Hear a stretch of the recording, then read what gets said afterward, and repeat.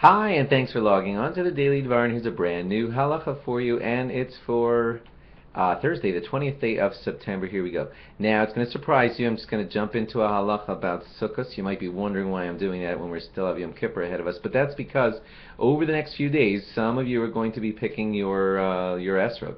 And the selling has begun, and I want you to know some basics so that you don't pick yourself a improper esrog. The shape of the esrog.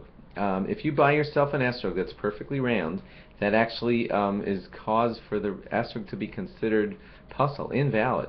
An esrog should not be perfectly round. There are two preferable shapes when choosing an esrog. Some people like it to be wide at the bottom and narrow at the top, kind of like a tower. And some people like their esrog to be wide at the top and narrow at the bottom, kind of like an upside down pyramid. And that's really a taste issue. You could choose either one. The main thing is that it should not be all rounded like a ball. Some Hasidim like to have what they like to choose the shape of an esrog that has like a thinner waist in the middle. They call it a gartel esrog, just like the way Hasidim wear a gartel around their waist. So they like to have a gartel esrog. That's an esrog with a thin waist, and it's wide on the top and at the bottom. All these shapes are okay, just stay away from a rounded esrog.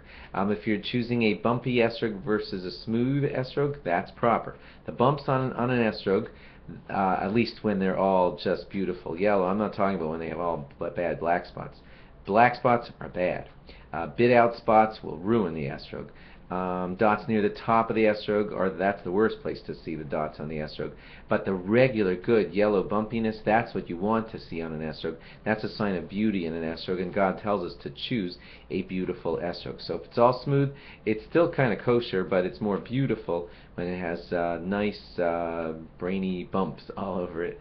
That's as far as the shape of an esrog. As far as the color, if you're buying it now, like with still in a week and a half to go till Sukkot, be careful not to buy it very yellow turning gold, because then it's going to be going brown by the time Sukkot arrives, and that's no good.